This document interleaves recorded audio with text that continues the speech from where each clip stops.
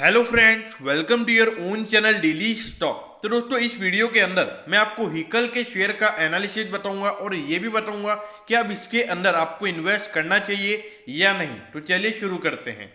तो वीडियो को शुरू करने से पहले अगर अभी तक आपने हमारे चैनल को सब्सक्राइब नहीं किया है तो प्लीज़ आप हमारे चैनल को जरूर सब्सक्राइब कर दीजिएगा। तो चलिए शुरू करते हैं।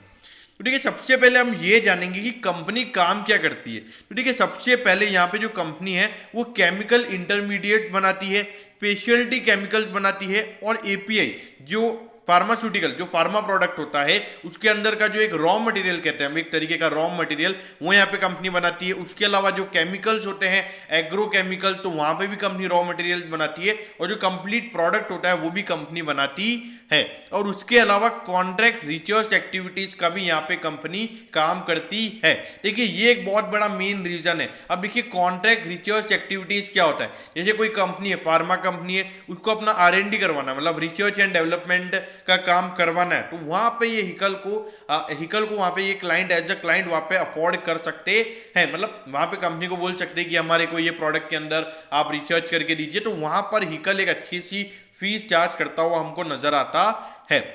तो ऑल ओवर यहाँ पे जो हिकल का जो काम है वो अभी आने वाले समय में बहुत अच्छा हमको नजर आता है, क्योंकि आने वाले समय में हमने देखा है कि कैसे केमिकल सेक्टर में हमको ग्रोथ नजर आ रही है। और उसके अलावा अगर हम बात करें फार्मा प्रोडक्ट की भी, मतलब जो फार्मा कंपनीज हैं, तो उनमें भी हमको अच्छी ग्रोथ नजर आ रही है। तो देखिए, एज अ बेस्ड अगर फार्मा कंपनी बढ़ेगी तो जो रॉ मटेरियल बनाता है फार्मा का, उसमें भी हमको यहाँ पे अच्छी खासी ग्रोथ नजर आ सकती है। तो ये तो था कंपनी क्या काम करती है। अब इसके फंडामेंटल्स के ऊपर नजर डालते हैं। तो देखिए, एक स्मॉल कैप कंपनी है, 4022 करोड़ का यहाँ पे इसका मार्केट कैप है। तो अगर आप देखोगे इंडस्ट्री का पी यहाँ पे 41.59 का है और ये 37.71 के प्राइस टू अर्निंग रेशियो पर मिल रहा है। तो देखिए दोस्तों, यहाँ पे आपको ऐसा लग रहा होगा कि ये शेयर अभी भी आपको सस्ता मिल रहा है, लेकिन देखिए स्मॉल कैप कंपनी है, तो आप जो इसकी मार्केट लीडर कंपनीज है, मतलब जो यहाँ पे Doctor Reddy's lab, Divi's lab, Sun Pharma, तो वहां से आप इनको कंपेयर नहीं कर सकते, क्योंकि मार्केट लीडर कंपनीज हमेशा आपको प्रीमियम वैल्यूएशन पर ट्रेड होती हुई नजर आएंगी और जो स्मॉल कैप कंपनीज है वो आपको हमेशा अंडर वैल्यूड ही ट्रेड होती हुई नजर आएंगी। अगर वो कुछ अच्छी ग्रोथ दिखाते हैं जैसे अभी हिकल ने दिखाई है, तो उसकी वजह से यहाँ पे अभी हमको इसका वैल्यूएशन बढ़ता हुआ नजर आया है। अब इसके बाद अगर हम डिविडेंड की बात करेंगे तो 0.37% का यहाँ पे डिविडेंड यील्ड है। तो डिविडेंड यील्ड पे ज्यादा यहाँ पे हमको फोकस नहीं करना चाहिए, क्योंकि एक ग्रोथ स्टॉक है। अब ये देखिए, अगर आप देखोगे तो पिछले 2018-19 के बाद पे अच्छी खासी यहाँ पे हमको रेवेन्यू ग्रोथ देखने को मिला था। 20 में यहाँ पे कंपनी का रेवेन्यू थोड़ा सा गिर गया था, लेकिन 2021 में फिर से हमको कंपनी का रेवेन्यू बढ़ता हुआ नजर आया है। अब उसके बाद अगर हम प्रॉफिटेबिलिटी की बात करें तो यहाँ पे कंपनी का प्रॉफिट भी गिर गया था, लेकिन फिर हमको फिर से प्रॉफिटेबिलिटी बढ़ती हुई नजर आई है और इस साल टोटल प्रॉफिट लगभग 130 करोड़ का यहाँ पे कंपनी का हुआ है। तो ऑल ओवर यहाँ पे कंपनी अच्छा परफॉर्मेंस कर रही है और अभी ऐसा लगता है कि जो आने वाला समय है कंपनी का, यहाँ पे कंपनी अच्छी खासी ग्रोथ हमको दिखा सकती है। और यहाँ पे जो कंपनी का रेवेन्यू 1730 करोड़ का है, ये मेरे को लगता है कि ये 2022 के एंड तक आपको आराम से 2000 करोड़ से ज्यादा होता हुआ नजर आएगा।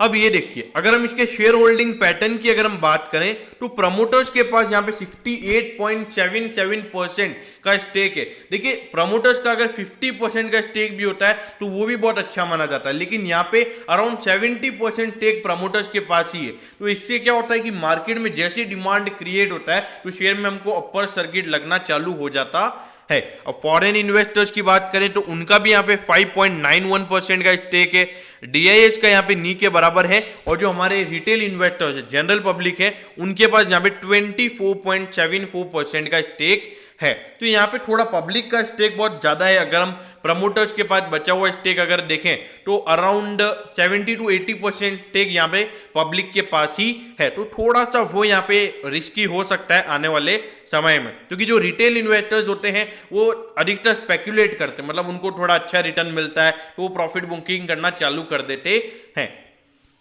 अब ये देखिए, अभी मैं आपको यहाँ पे तीनों क्वार्टर, जो पहले मैंने आपको फाइनेंशियल ट्रेंड बताया था वो पूरे फाइनेंशियल ईयर का था, ये 3 क्वार्टर्स का परफॉर्मेंस है, तो इस पे नजर डालिए। टोटल इनकम में आप देखिए आपको तीनों क्वार्टर्स में लगातार यहाँ पे कंसिस्टेंट ग्रोथ देखने को मिल रहा है। और उसके बाद अगर हम प्रॉफिटेबिलिटी की बात करें तो तीनों क्वार्टर्स में यहाँ पे लगातार कंपनी की प्रॉफिटेबिलिटी भी हमको बढ़ती हुई नजर आ रही है। तो यहाँ पे अगर आप देखोगे इन तीनों क्वार्टर्स में कंपनी ने अच्छा परफॉर्मेंस किया है। और अभी कोविड के टाइम पे जो सेकंड वेव आया है, तो अभी अप्रैल से लेके जून में कंपनी एक और आउटस्टैंडिंग परफॉर्मेंस करती हुई नजर आ सकती है। अब ये देखिए, अगर हम यहाँ पे रिटर्न रेशियोज पे नजर डालें तो रिटर्न ऑन इक्विटी अगर आप देखोगे तो पिछले 2019 के बाद 20 में अगर आप देखोगे थोड़ा सा यहाँ पे आरओई गिर गया था, लेकिन फिर वापस 2021 में यहाँ पे कंपनी का रिटर्न ऑन इक्विटी फिर से फेवरेबल हो चुका है। अगर हम आरओसी की बात करेंगे तो आरओसी भी यहाँ पे हमको फेवरेबल होता हुआ नजर आ रहा है और 19.31% का आरओसी एकदम अच्छा आरओसी ही है।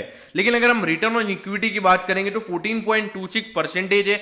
लेकिन उसका मेन रीजन ये है कि जो कंपनी का डेट है वो थोड़ा अराउंड 0.55 के लगभग है, तो वो थोड़ा डेट पेमेंट का जो इंटरेस्ट पेमेंट हम कहते हैं, तो उसकी वजह से यहाँ पे हमको रिटर्न ऑन इक्विटी थोड़ा कम होता हुआ नजर आ रहा है। अगर धीरे धीरे कंपनी डेट भी अपना कंप्लीट कर रही है, पूरी डेट फ्री होने की कोशिश है यहाँ पे कंपनी की, तो उससे हमको यहाँ पे रिटर्न ऑन इक्विटी भी बढ़ता हुआ नजर आएगा। अब उसके बाद अगर हम रिटर्न ऑन एसेट की बात करें तो 2020 के कंपेरिजन में हमको ये भी यहाँ पे बढ़ता हुआ नजर आया है।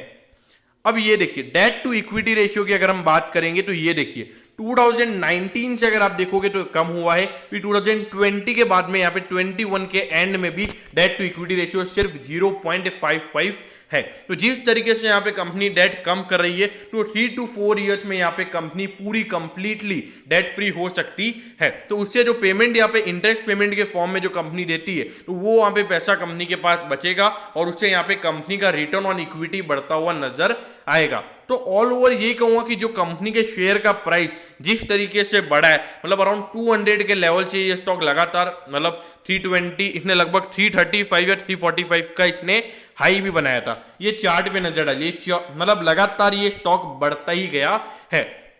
तो देखिए यहाँ पर बात यही हो जाती है कि थोड़ा इनसाइडर्स इन्फॉर्मेशन हो जाता है, क्योंकि अभी देखोगे आप कंपनी ने 100% यहाँ पे प्रॉफिटेबिलिटी में ग्रोथ दिखाया है, तो उतना ही शेयर यहाँ पे हमको भागता हुआ नजर आया। तो क्योंकि 100% प्रॉफिटेबिलिटी में ग्रोथ है और यहाँ पे शेयर भी लगभग हमको 70-80% बढ़ता हुआ नजर आया है। तो यहाँ पे बात आती है शॉर्ट टर्म इन्वेस्टर्स की। तो देखिए इतने टाइम से जो शेयर बढ़ रहा था वो एकदम से यहाँ पे हमको प्रॉफिट बुकिंग नजर आई है, तो हो सकता है कि थोड़े कुछ और दिन यहाँ पे बियरिश ट्रेंड हमको बनता हुआ नजर आ सकता है। तो जो शॉर्ट टर्म इन्वेस्टर्स है वो डेफिनेटली मेरे ख्याल से जिन्होंने इन्वेस्ट किया हुआ है वो यहाँ पे प्रॉफिट बुकिंग कर सकते हैं अगर प्रॉफिट में है। और जो लोग इन्वेस्ट करना चाहते हैं सिर्फ शॉर्ट टर्म के लिए, उनके लिए ये स्टॉक अभी एडवाइजेबल नहीं होगा।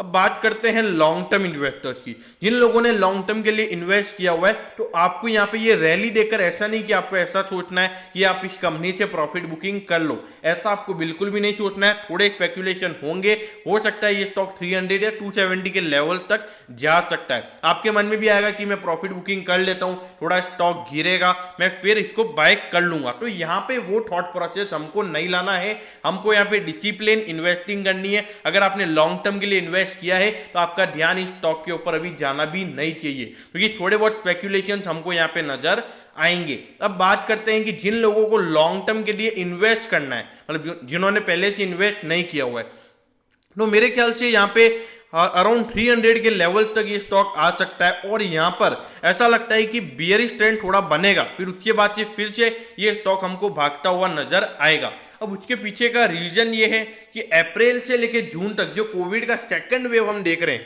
तो वहां पर रॉ मटेरियल का कॉस्ट हो गया, तो वहां पे इनके मार्जिन हमको बढ़ते हुए नजर आएंगे। तो Q1 के रिजल्ट यहाँ पे हिकल कंपनी के बहुत ही आउटस्टैंडिंग हो सकते हैं। जो भी हमको 100% QOQ ग्रोथ देखने को मिला था, वो मेरे ख्याल से आने वाले समय में हमको यहाँ पे 200% का भी ग्रोथ देखने को मिल सकता है। लेकिन देखिए वो शॉर्ट टर्म भी हो सकता है, तो यहाँ पर हमको वो चीजें ध्यान में रखनी होंगी। तो जो लॉन्ग टर्म इन्वेस्टर्स है मेरे ख्याल से थोड़ा इसको करेक्शन में थोड़ा डिप में यहाँ पर बाय करते रहिए और वही स्ट्रेटजी आप यहाँ पर फॉलो करें।